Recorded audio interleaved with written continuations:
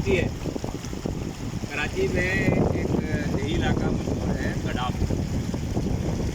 गडाफ के साथ एक डैम जिसका लोगों ने अक्सर जिक्र सुना होगा, वो डैम है सदो डैम।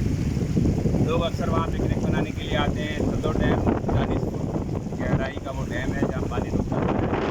उस पानी के रुकने की वजह से मिट्टी जो कुएँ हैं वो सैराब हो जाते हैं। तो वो तो हो गया सदो डैम जिसमें पानी आता है। उस सदो डैम में पानी कहाँ से आता है, वो ये जगह है, ये है सदो नदी।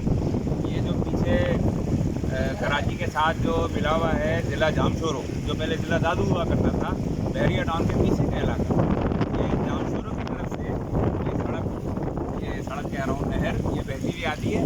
और बरसात में इसमें पानी का फ्लो बहुत ज़्यादा होता है। बरसात खत्म होने के कुछ बाद फ्लो ख़त्म भी हो जाता है। लेकिन आजकल इसका जो बहाव है साफ बहाव है, पटियाला पानी नहीं है, ट्रांसपेरेंट वाटर है। ये पानी यहाँ पर बह रहा है। नदी का साफ पानी कहीं इतना गहरा भी है कि आप तो कहीं इतना कि आप डाल के और घूम नहीं सकते। कराची शहर से बल्कि सोराबपुर से यहाँ तक आने का तकरीबन 1 घंटे में आप आएँ तो ये सड़क, ये बहरिया टाउन के बराबर का इलाका है। यहाँ पे इस नदी के पास होती है।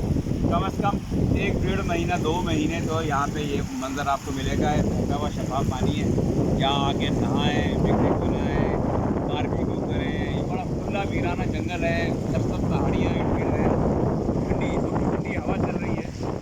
तो मेरे ख्याल है कि कराची के तकरीबन 80-90% लोगों को इस जगह के बारे में मालूम ही नहीं है कि ये जगह कैसी है और कहाँ है। तो जिसको मालूम हो दोस्त को, वो कराची की खुशनुमा ज़िंदगी से निकल कर और इस फितरत की एक ऐसी जगह पे आए जिसके लिए वो 2 दिन सफ़र करके शुमाली इलाका जहाँ जाता है, आ जाए भाई 2 घंटे सफ़र करके यहाँ आ जाए। अब ये देखें, अभी मैं ये वीडियो रिकॉर्ड कराने के बाद मैं शर्ट उतारूँगा तो जाके डुबकी लगाऊँगा। आप भी लगाएँ।